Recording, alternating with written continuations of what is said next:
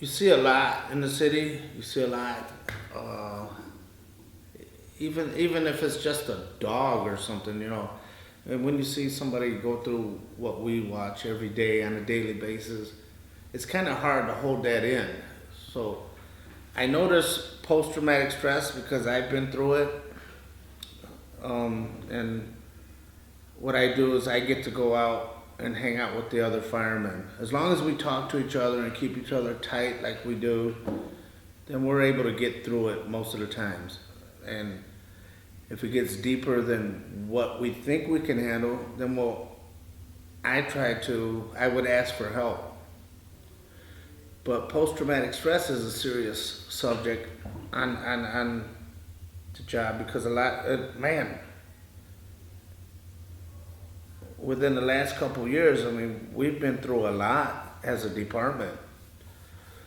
We lost a few brothers recently from this engine house, and that was really tough to deal with for a lot of our guys.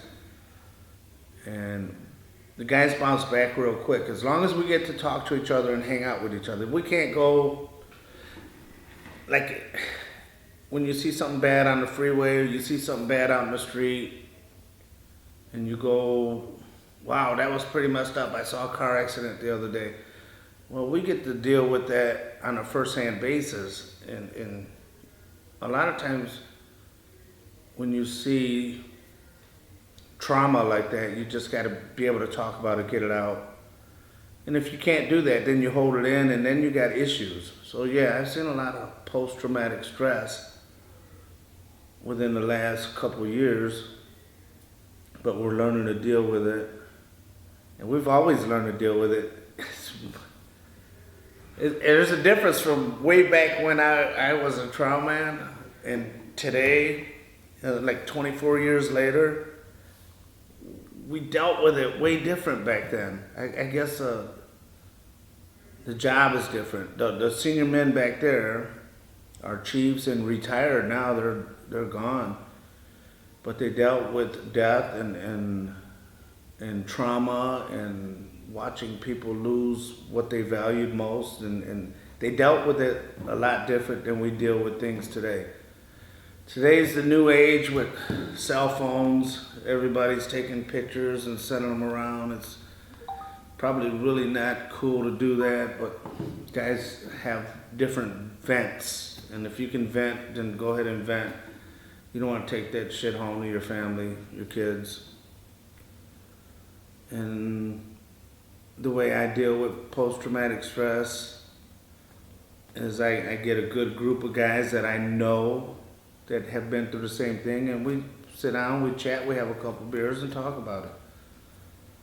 If that doesn't work, it's time to get professional help.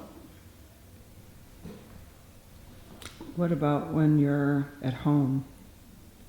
Do you make that effort to call your friends and go meet them, or is there things you do when you're at home and you're alone and there's nobody around? After the time I've spent on the job and around these guys, and I know who my brothers are and I know who my brothers are. I actually have a brother on the job, so we can relate. We talk a lot when we're off duty. But normally I'm pretty good at leaving everything at work. When I leave in the morning, I leave everything here. When I get home, I see my kids, they're doing good. I get to listen to them bitch and whine all day and cry about everything that dad don't get them. So I just load them up in the car, take them to school, and I do the dad thing. I'm able to leave what just happened last night or this morning. I'm able to leave that here. But it takes a long time to do that. When I had 10 years on the job, I was a mess. I wasn't able to leave everything at work. I would go home and I'd be cranky all day. I'd bitch at everybody. I was pretty bad. I got better at it over the years. And thank God for my wife, because she put up with that shit forever. So, if you ever see this. So that's how it comes out, though? Comes out in anger or. If I'm at home and I get irritated by some, and a lot of things irritate you that shouldn't irritate you. If you had a bad night here and you go home in the morning and you try to leave everything here, which I do, I'm very good at it. But if something snaps, something like your kids or the dog could do something that would snap you because you feel like you don't deserve what's happening at home right now because of what you went through last night. So you got to keep that separated because you don't want to hurt somebody you love. And I've learned that through just going through bad shit here at work, I guess. It's kind of hard to describe that aspect of it. But when you're around your friends, your brothers, that just went through the same thing you went through, it's easier if you talk to each other and get that type of anger out. And it is anger.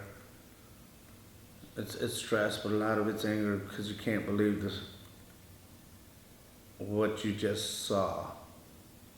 Somebody would do something really, really stupid out here, and it kind of pisses you off. But you deal with it. You carry on.